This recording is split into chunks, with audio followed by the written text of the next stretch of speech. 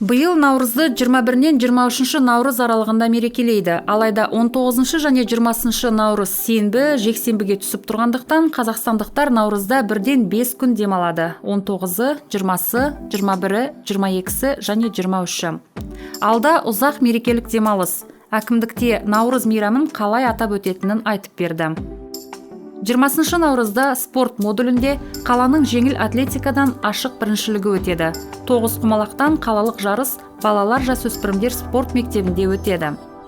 21 Наурызда Риддерлік тарихи өлкетану мұражайында ашық есік күн өтеді. Ал Мәдениет сарайының көрме залы Марина Петрачкованың жеке көрмесіне, сен не көріп тұрғаныңды көрсет фото көрмесіне шақыруда.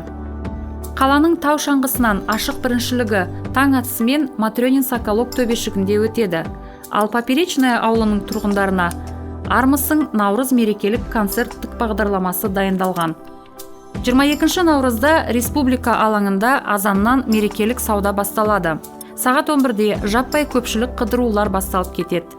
Риддерліктер үшін алтыбақан, киіз үйлер, декоративтік шығармашылықтан, мастер-класстар, қолданбалы қол өнерінен бұйымдардың көрме жәрмеңкесін, концерт бағдарламасын және спорттық жарыстарды, қол жығыс, бөренедегі шайқас, арқан тартыс дайындалуда.